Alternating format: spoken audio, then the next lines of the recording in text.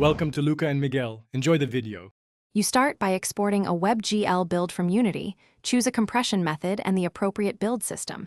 Make sure the build folder contains index, HTML, data, WASM, and JS files so the host can serve them. Once exported, test locally with a simple static server to confirm the build runs.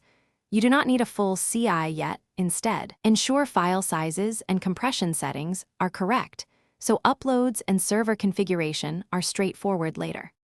You now upload the build folder to your chosen host, static host, CDN, or VPS using SFTP, FTP, or your deployment pipeline. Once files are on the server, set MIME type so. WASM serves as application/WASM and ensure the server preserves gzip or broadly compressed files.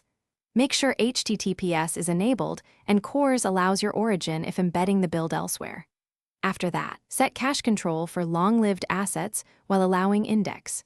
You finish by loading the hosted URL and using browser dev tools to confirm files load with correct status codes and content encoding. Once done, optimize by enabling broadly or gzip at the server or CDN and tune cache headers for data and WASM. Make sure service workers are only enabled after thorough testing.